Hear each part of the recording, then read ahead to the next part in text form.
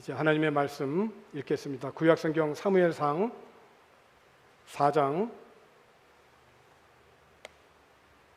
1절로 4절 말씀입니다.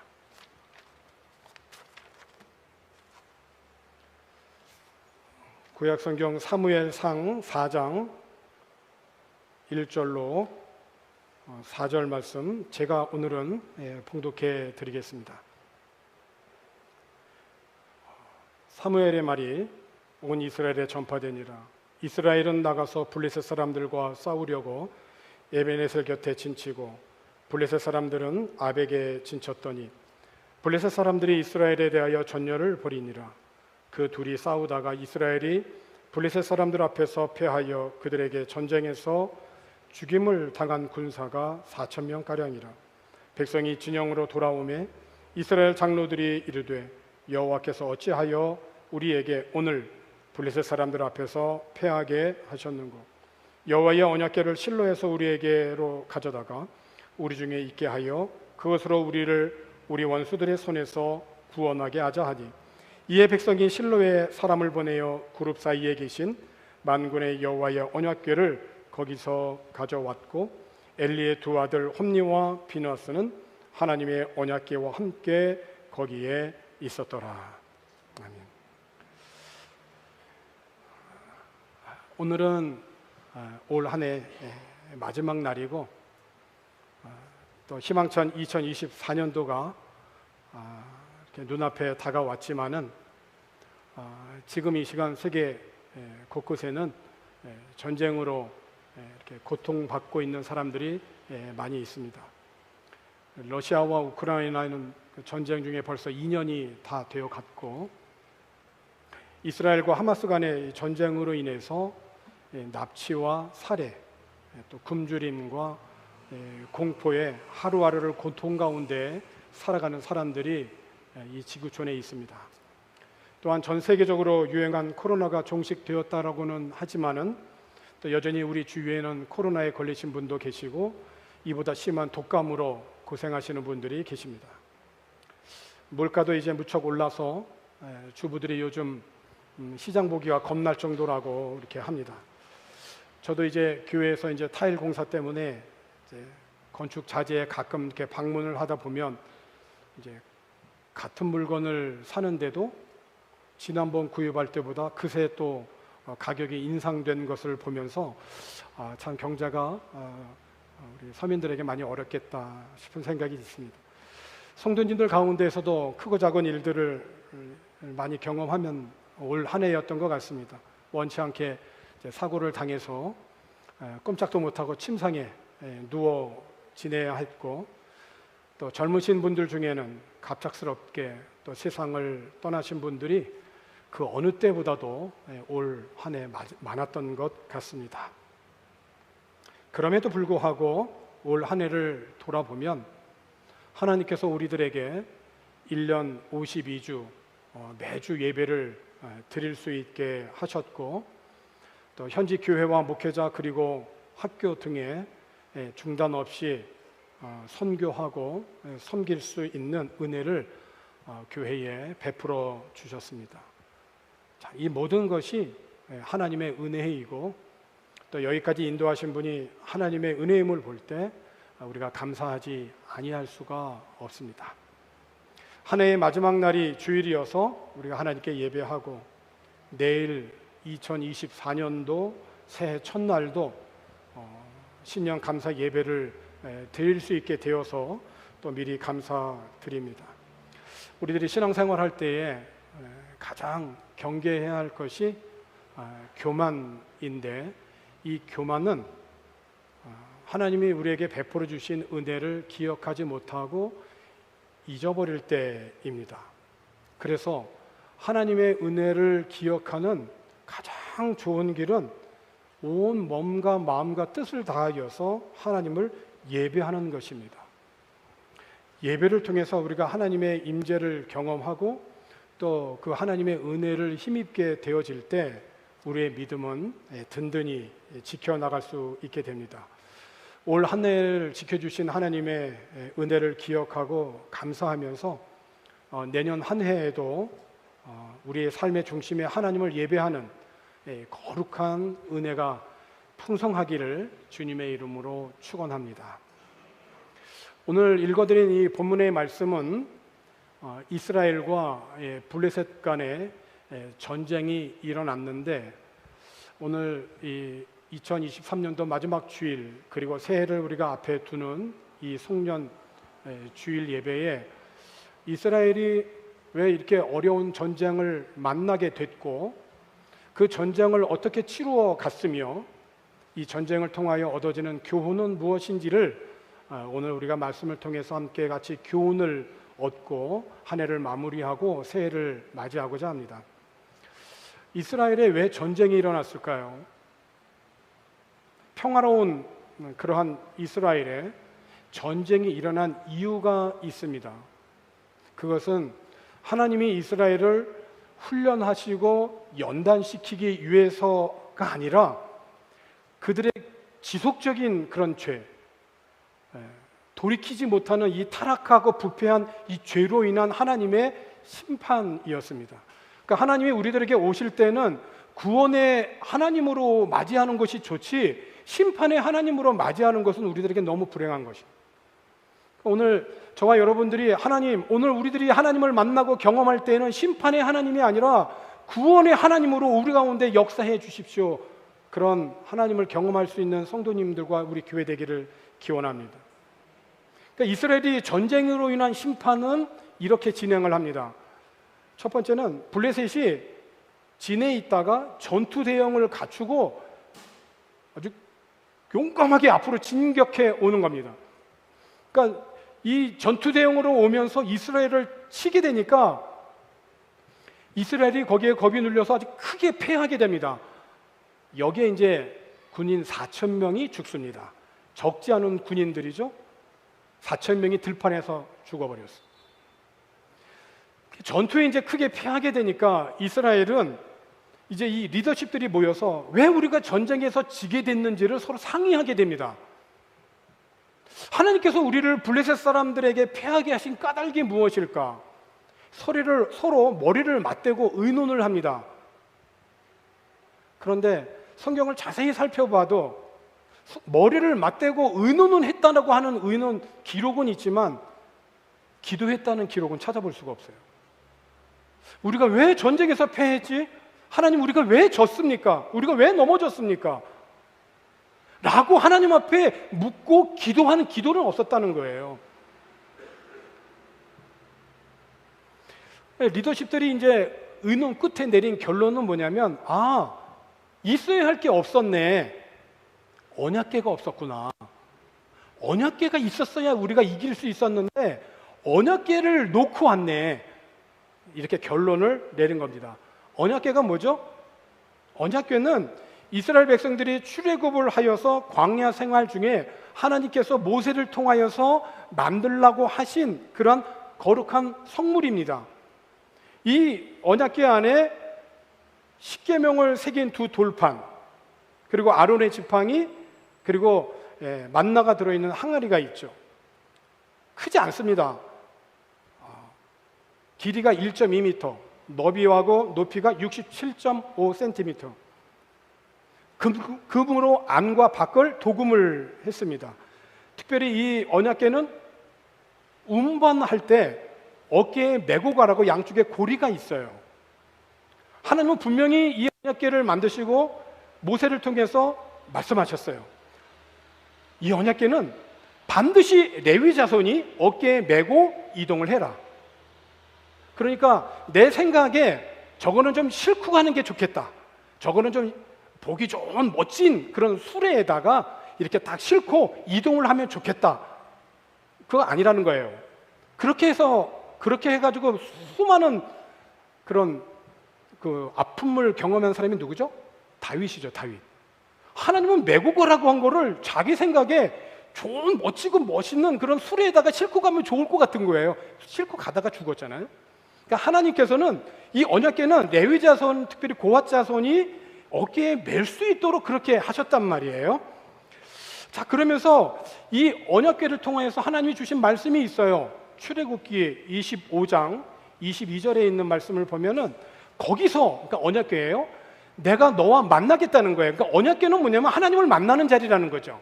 속죄소 위 곧 증거궤 위에 있는 두 그룹 사이에서 내가 이스라엘 자손을 위하여 네게 명령할 모든 일을 네게 이르리라. 그러니까 언약궤는 지성소 안에 거하면서 여기에서 하나님이 백성을 만나고 모세를 만나고 백성들에게 전할 말씀을 주시는 거예요. 그러니까 언약궤는 한마디로 말하면 뭐냐면 하나님의 임재의 상징인 거예요. 저거는 하나님의 임재하시는 상징적인 그런 성물이 언약궤입니다. 이제 이 언약궤가 이제 솔로몬 시대에 이제 성전을 졌으니까 이제 성전 안에 보관되었다가 이제 바벨론에 의해 남유다가 멸망을 당할 때 그때 언약궤를 이제 잃어버리게 되죠. 아무튼 언약궤는 하나님이 임재하시는 상징적인 것인데 이스라엘이 블레셋과의 전쟁에서 패한 후에 하나님이 임재하시는 이 상징적인 언약궤가 없었기 때문에 우리가 전쟁에서 졌다라고 판단을 하고 해석을 해서 실로에 있었던 언약궤를 전쟁터로 가지고 옵니다. 이 언약궤가 전쟁터에 도착을 하니까 이스라엘 군사들이 환호성을 질렀어요. 뭐죠? 이제 우리가 이겼다는 거예요. 언약궤가 왔으니까.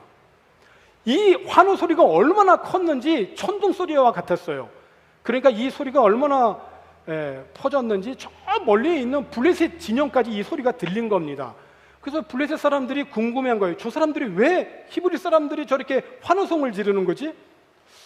무슨 일이 있는 거야? 궁금해해서 알아봤더니 하나님이 임재하시는 언약궤가 이스라엘 진에 도착을 한 거예요. 성경에 보면은 블레셋 사람들이 심히 두려웠다 이렇게 기록되어 있어요. 왜? 언약궤가 뭔지 알거든요. 블레셋 사람들도. 이 과거의 그때 당시에 이 나라와 나라의 전쟁은 나라와 나라와의 전쟁 그 이후에 신과 신의 전쟁이거든요. 그들이 믿는 신과 우리들이 믿는 신이 전쟁하는 거란 말이에요. 근데 저 언약궤가 왔으니 이제 이스라엘의 신 하나님이 왔으니 우리가 이제 질 것만 같은 거예요. 심히 두려웠다 이렇게 성경은 기록을 하고 있어요. 그래서 블레셋 사람들이 단단히 각오를 합니다. 이 전쟁에서 지면 우리는 이스라엘의 종이 되니까 용기를 내고 목숨을 걸 죽기 살기로 이제 이 전쟁에 임합니다. 죽음을 각오하고 이제 전쟁에 나간 거예요. 하나님의 언약궤는 전쟁에 들어왔고 블레셋 사람들은 죽기 살기로 이제 전쟁에 임했고 어떻게 됐을까요? 오늘 본문을 통해서 다 읽지는 않았지만은 이 전쟁의 결과는 블레셋이 큰 승리를 거두게 됩니다. 블레셋이 이스라엘을 아주 무참히 질법했어요. 그러니까 이스라엘은 필사적으로 도망치기에 바빴죠.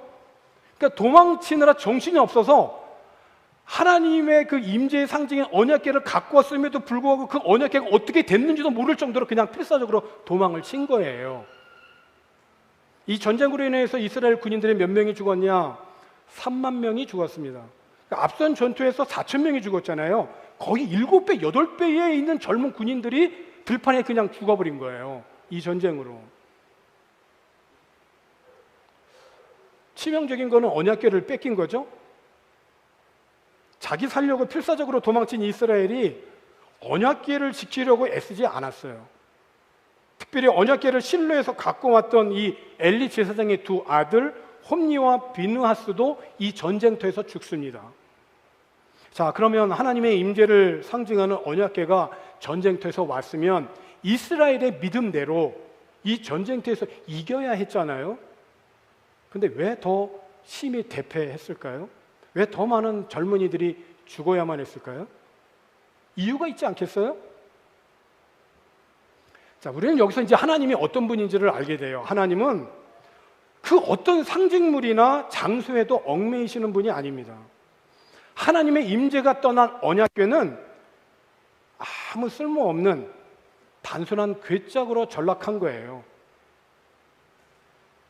또한 범죄하여서 언약을 파기한 그런 곳에 그 어떤 의식을 행한다 할지라도 하나님은 더 이상 방패가 되어주시고 도움이 되어주시지 않습니다.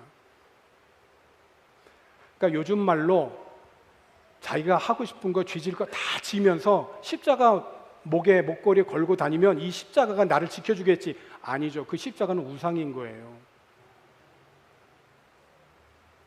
단순한 액세서리인 거죠.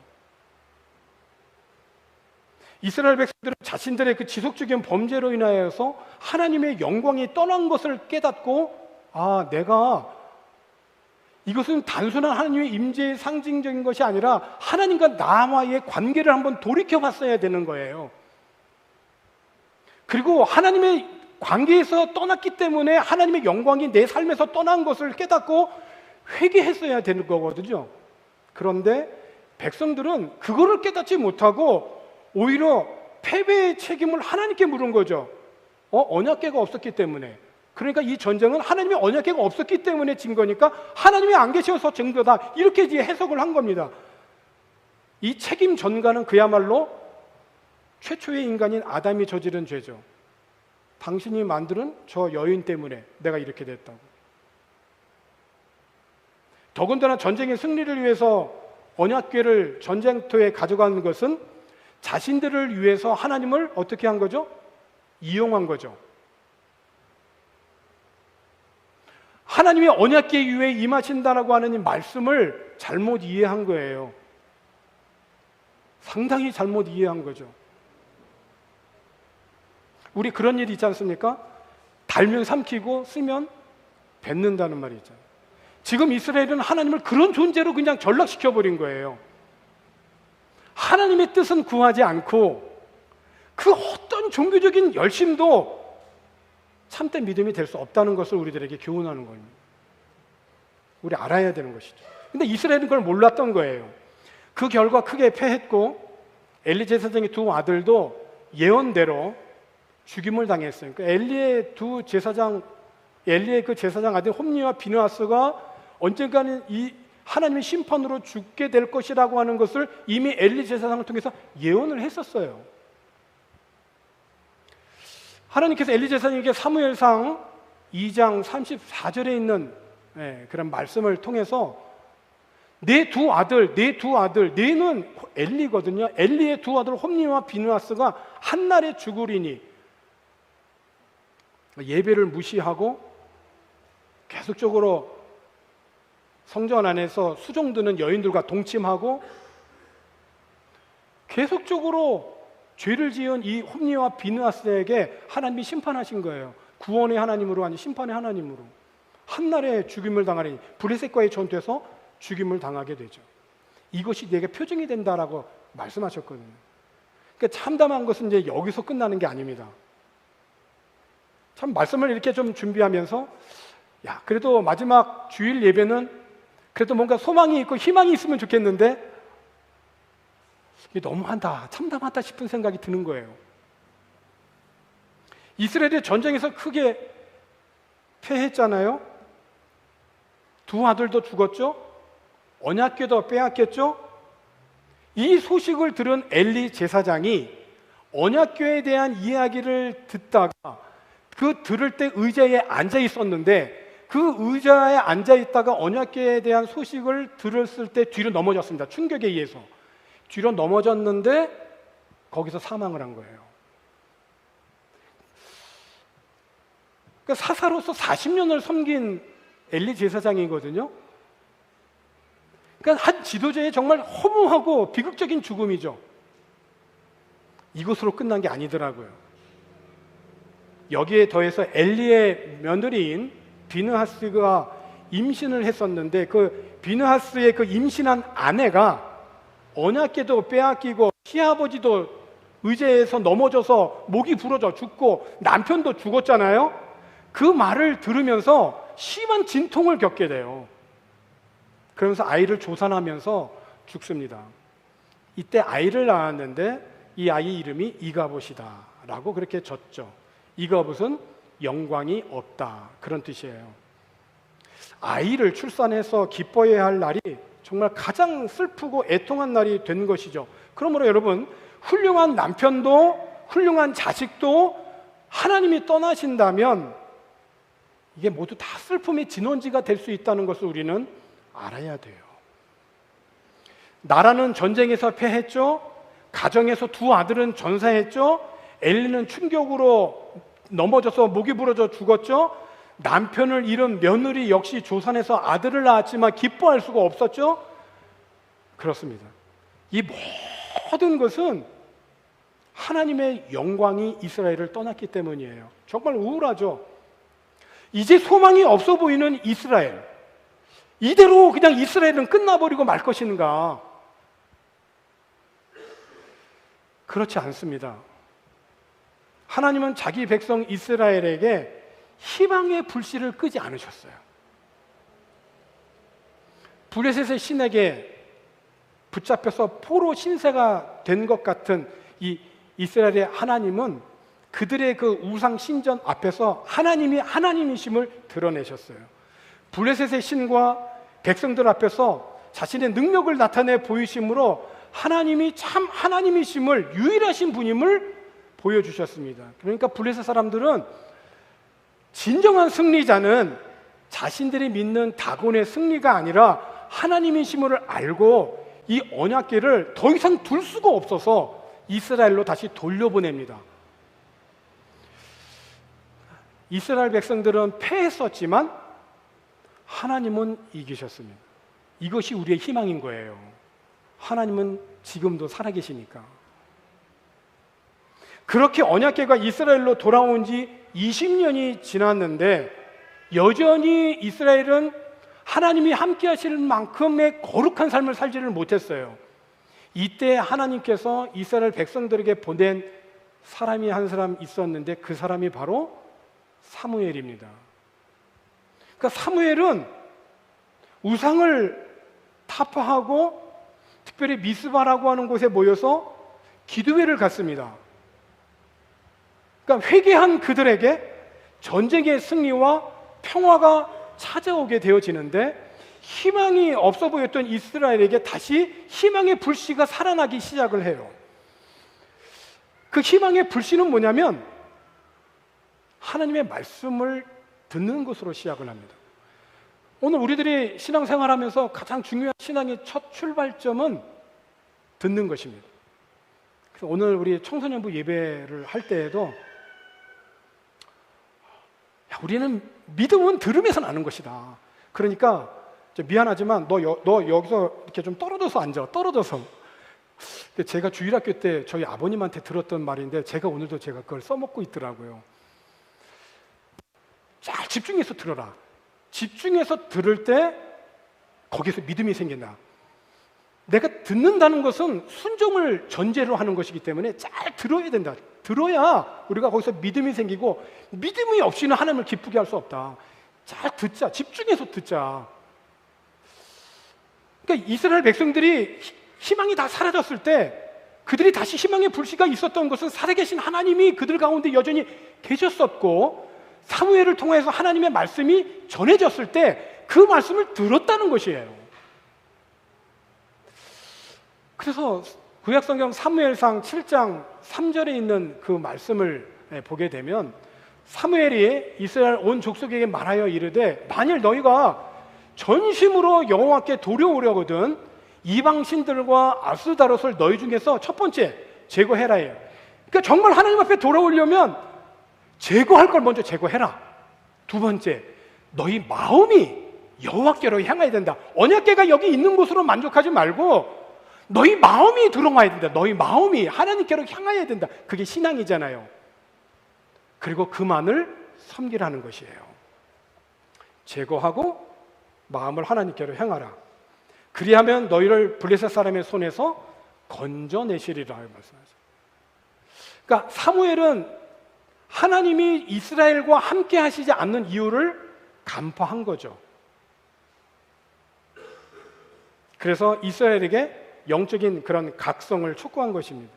여기에 백성들이 반응한 거예요. 그 말씀을 들었다는 거예요. 사무엘상 7장 6절에 있는 말씀을 보게 되면은 이렇게 기록하고 있습니다. 그들이 미스바에 모여 물을 길어 여호와 앞에 붓고 그날 종일 금식했다. 금식을 했다. 거기에서 이르되 우리가 여호와께 범죄하였나이다. 매우 중요하죠. 그죠? 밥을 일상적으로 아침, 점심, 저녁을 다 먹는 거를 다 내려놨다라고 하는 얘기는 그만큼 중요하다는 거예요. 그러니까 하루 금식했겠지만 사실은 목숨을 내놓는 것과 같은 마음으로 종일 금식하고, 그리고 우리가 여호와께 범죄했습니다. 그래서 이스라엘 백성들이 말씀을 듣고 금식하고 회개하면서 하나님 앞으로 나아간 겁니다. 이제 이렇게 되면은 하나님께서 문제를 금방 풀어주실 것 같아요. 그런데 이스라엘 백성들이 미스바에 이렇게 모여 있다라고 하는 소식을 전해 들은 블레셋이 이스라엘을 치기 위해서 미스바로 침략해 옵니다. 똑같은 상황이에요. 이때가 정말 중요한 때거든요. 왜냐하면 앞서 4,000명 죽고 3만 명 죽었을 때 그랬잖아요. 쳐들어와서. 그러니까 이스라엘이 지금 회개를 하고 있는데도 불구하고 적들이 공격을 하는 거잖아요. 그러니까 이런 거죠. 신앙생활 정말 잘 해보려고 내가 마음 먹고 결심을 했는데 어려운 일은 계속 만나는 거예요. 그런 적이 참 많지 않습니까? 근데 진짜 싸움은 그때부터인 거예요. 진짜 싸움은. 그러니까 사탄은 성도들의 회개를 아주 싫어하지만은 하나님은 가장 기뻐하시는 것이에요. 천국은 회개하는 자들이 가는 곳이에요. 여러분 아멘이십니까? 네. 이스라엘 백성들이 블레셋이 치러 온다라고 하는 소식을 듣고 이렇게 반응합니다. 사무엘상 7장 8절의 말씀이죠. 이스라엘 자손이 사무엘에게 이르되 당신은 우리를 위하여 우리 하나님 여호와께 쉬지 말고 부르짖어 우리를 블레셋 사람들의 손에서 구원하시게 하소서. 이전에 이스라엘은 어땠죠? 이전에 이스라엘은 어땠습니까? 4,000명 죽고 3만 명 죽어나갈 때 그들은 어땠죠? 머리를 맞대고 상의하는 일에만 바빴지 기도하진 않았잖아요. 자신들이 갖고 있는 군사력만 믿었지 하나님만 이용하려고만 했지. 그런데 늦었지만 이스라엘은 깨달은 것입니다. 하나님이 어떤 분인지를. 그래서 자신의 부족함을 고백하고 전능하신 하나님을 신뢰하며 그 하나님 앞에 자신의 문제를 놓고 기도하고 부르짖어 할 때 하나님께서는 그 기도에 응답하시는 그 하나님을 이스라엘은 경험을 했던 것입니다. 그러니까 백성들이 회개와 사무엘의 그 중보 기도, 그것으로 인하여서 사무엘상 7장 10절에 있는 말씀을 보면 이렇게 기록하고 있죠. 사무엘이 번제를 드릴 때, 우리로 말하면 예배를 드릴 때입니다. 전적인 100%의 순종의 제물이 번제잖아요. 번제를 드릴 때 블레셋 사람이 이스라엘과 싸우려고 가까이 오매, 그러니까 여러분 상상 한번 해보세요. 이스라엘 백성들은 지금 전쟁이 났는데 아무 준비가 안 돼 있습니다. 그냥 온전히 번제를 드리고 있습니다. 하나님 앞에 전심을 다해서 예배합니다. 부르짖어 기도합니다. 가까이 오고 있습니다. 그날에 여호와께서 블레셋 사람에게 큰 우레를 발하여 그들을 어지럽게 하시니 그들이 이스라엘 앞에서 패한지라. 할렐루야죠. 블레셋이 이스라엘을 치러 왔지만은 오히려 쫓기는 신세가 된 겁니다. 그래서 사무엘이 돌을 취해서 이 날을 잊을 수가 없고 이 구원하신 하나님의 은혜를 기념하고 기억하기 위해서 돌을 가져다가 돌을 하나 세운 거예요. 그 돌 이름이 뭐냐면 엘리사르, 에베네셀.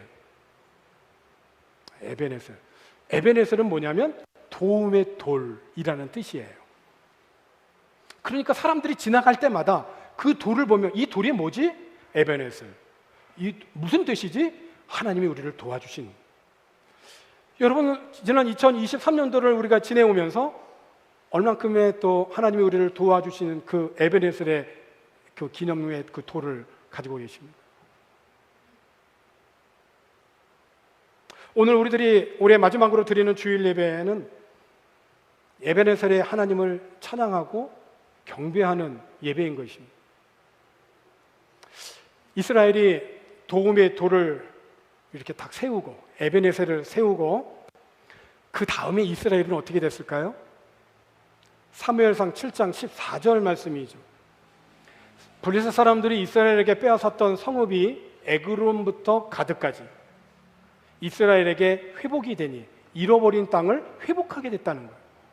이스라엘이 그 사방 지역을 블레셋 사람들의 손에서 도로 찾은 겁니다. 잃어버린 땅을 도로 찾았어요. 회복한 것이죠. 또 이스라엘과 아모리 사람 사이에 뭐가 있었습니까? 평화가 있었다. 그러니까 에베네셀의 하나님은 오늘 우리들에게 무엇을 선물로 또 예비해 주십니까? 회복과 평화인 것입니다. 저는 이 말씀을 오늘 준비하면서 참 우울하게, 참 불루하게 시작을 했지만 하나님은 오늘 우리들에게 여전히 희망의 불씨를 남겨주시고 오늘 2024년도를 기대하면서 에베네셀의 하나님, 그 하나님은 오늘 우리들에게 회복과 평화를 예비하고 계시는데 어떻게 하면 그 하나님을 우리들이 이 삶 속에서 우리가 경험해 나갈 수 있겠는가? 자신의 부족함을 고백하고 자신이 갖고 있는 거 만만하게 자만하지 말고 자신의 부족함과 연약함을 고백하고 자신의 약함 속에서 우리를 들어서 역사하시는 하나님의 능력을 바라보고 그 하나님을 신뢰하고 하나님 앞에 기도하고 부르짖어 온전한 예배를 하나님 앞에 드릴 때 하나님은 그 예배를 받으시고 오늘 우리 가운데 회복과 평화의 선물을 우리들에게 주실 줄로 믿습니다. 오늘 한 해 여기까지 인도하신 그 하나님의 은혜 우리가 잊어서는 안 되겠죠. 저는 매주일 예배를 드리면서 내가 만약에 오늘 예배가 마지막이라고 한다면 라는 생각을 많이 가끔 합니다. 지난주에 말씀을 드렸잖아요. 토요일날 수도 파이프가 분수쇼가 돼가지고 그죠? 주일날 참 제가 얼굴은 어떨지 몰라지만 하여튼 마음 다스리기가 쉽지 않았다고 그랬잖아요. 고백했잖아요. 그러면서 제가 한 가지 들었던 생각이 하나 있어요. 제 가까웠던 여러분들 아시는 분들 중에 한 선교사님이 토요일날 예배 준비를 위해서 물탱크에 올라갔다가 감전돼서 소천하신 선교사님이 계셨거든요. 나도 그럴 수 있었을 것 같은데 하나님이 원하시면 나도 토요일 날에 나도 불러갈 수 있었을 것 같은데 하나님이 그래도 여전히 나를 세워주시는구나. 그럼 정말 감사하지 않을 수가 없는 거예요. 오늘 이 자리에 하나님께서 사람들을 많이 있지만 저와 여러분들 이 자리에 불러서 하나님을 예배할 수 있는 예배의 자리에 불러주신 것을 생각한다면 소망이 있지 않아요? 2024년도가 여러분 기대되지 않습니까? 에베네셀의 하나님, 그 에베네셀의 하나님 도움의 도를 1월달, 2월달, 3월달 계속해서 예비하고 준비하신 그 하나님을 2024년도에 믿음의 눈으로 바라보고 경험해 갈 수 있는 또 다른 새해가 되어지기를 주님의 이름으로 축원합니다. 기도하겠습니다. 우리들이 갖고 있는 것에 자만하고 하나님을 온전히 신뢰하지 못하였던 것들을 회개합니다. 주님 긍휼을 베풀어 주시옵소서. 다시금 새롭게 하여 주시고 믿음을 더해 주시옵소서. 올 한 해 우리들이 알게 모르게 우리의 삶을 인도하여 주시고 지켜주시 보호해 주신 하나님의 은혜로 여기까지 왔습니다. 주님 감사합니다. 은혜의 돌을 마음에 새기고 우리들이 어떠한 상황과 형편에서도 하나님과 함께하는 삶을 살아가도록 은혜를 더하여 주시옵소서. 회복과 평화가 필요한 모든 영혼들에게 복음의 역사가 일어날 수 있도록 은혜를 베풀어 주시옵소서. 예수님의 이름으로 기도하옵나이다.